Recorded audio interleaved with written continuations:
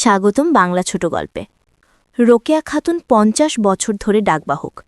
গ্রামের মানুষ বলে রোকেয়া আপার হাতে চিঠি মানে খবর আসছে, ভালো বা খারাপ। ছোট্ট একটি ব্যাগ কাঁধে ঝুলিয়ে প্রতিদিন ভোরে তিনি বেরিয়ে পড়েন সাইকেল নিয়ে। কাঁদা, ধুলো, বৃষ্টি কিচ্ছুতেই থামেন না। সবার দরজায় গিয়ে বলেন চিঠি আইছে। লোকেরা হাসে, কাঁদে, আনন্দে খাম খুলে পড়ে। কেউ প্রবাসীর খবর পায়, কেউ মৃত আত্মীয়ের স্মৃতি।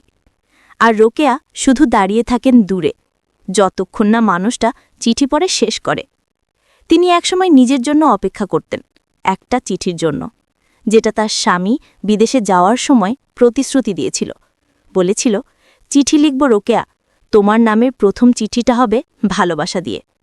কিন্তু সেই চিঠি আর কোনোদিন আসেনি। বছর পেরিয়েছে ৩০-এর বেশি।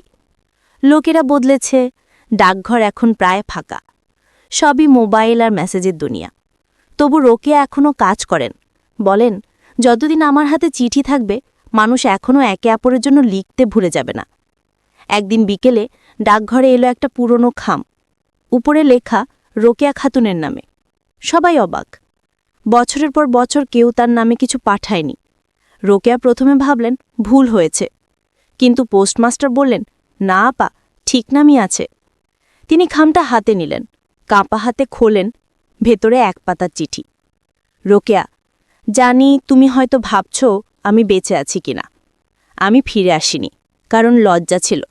কিছুই দিতে পারিনি তোমায়, কিন্তু তোমার মুখ, তোমার সেই সাইকেল চালানো অবয়ব প্রতিদিন আমার মনে ভেসে উঠত। যদি এই চিঠি কখনো পৌঁছায়, জেনবে আমার ভালোবাসা তখনও তোমার নামেই ছিল। চিঠির নিচে সই, তোমার আজিজ। রোকেয়া চুপ করে রইলেন, চোখের কোণে জল, মুখে এক শান্ত হাসি। সেই দিন রাতে তিনি শেষবারের মতো সাইকেল নিয়ে বেরোলেন। চাঁদ উঠেছিল, গ্রামের রাস্তা নরম আলোয় ভাসছে। রোকেয়া সাইকেলের বেল বাজাতে বাজাতে বললেন, আজ আমিও একটা চিঠি পৌঁছে দেব, আল্লাহর দরবারে। পরদিন সকালে দেখা গেল তিনি বসে আছেন ডাকঘরের সামনে বেঞ্চে, চিঠিটা বুকে চেপে, চোখ বন্ধ, মুখে হাসি। তার পাশে একটা কাগজ রাখা, এখন আর কারুর দরজায় খবর পৌঁছে দিতে হবে না, আমি আমার খবর পেয়ে গেছি।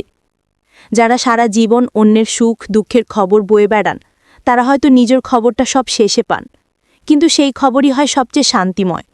রোকেয়া খাতুনের মতো মানুষরা চলে যান না, তারা থেকে যান প্রতিটি চিঠির গন্ধে, প্রতিটি অপেক্ষার নরম আলোয়। বাংলা ছোট গল্প টিমের পক্ষ থেকে তোমাদের সাথে ছিলাম আমি, আদিবা তাসনিম অনন্যা। গল্পটি কেমন লাগলো কমেন্টে লিখো, ভালো লাগলে একটা লাইক দাও, আর প্রতিদিন নতুন গল্পের জন্য সাবস্ক্রাইব করো। ধন্যবাদ আমাকে শোনার জন্য। ভালো থেকো সবসময়।